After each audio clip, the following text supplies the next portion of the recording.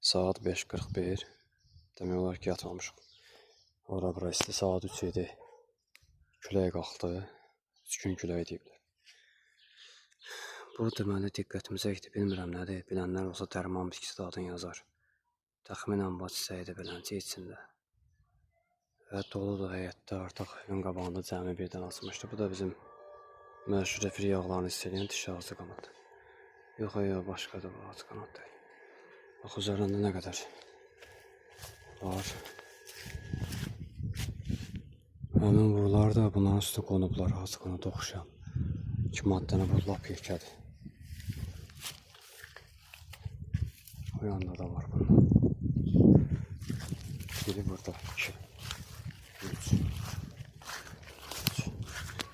biri orada, 4.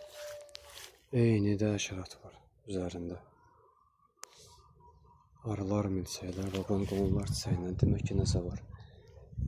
Deməli, 4, 5, 6, 2, 3, 4, 5, 6. 5-i də bayırda. Cəmi bir dənə idi avqustda, bundan. Sentyabr, noyabrın axırına kimi bu çiçək açmışdı.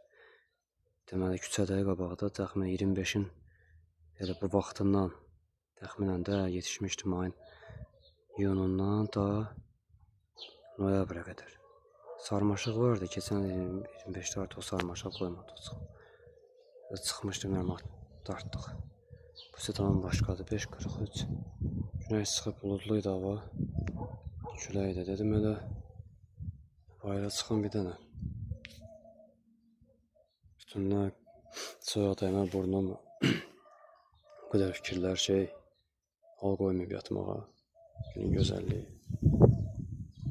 Fikrim var, bir ət yumurtası içim. İçinə müxtəlif mədə bağırsaq sisteminə. Bu özü də bitki çox xeylidir, amma bilmirəm, bilənlər olsa yazar. Bu da qonaqlarımız. Hamısının üstündə var, onda da var.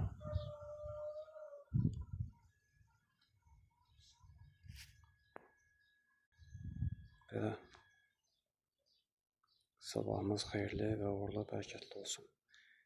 Bakıya yapışıram.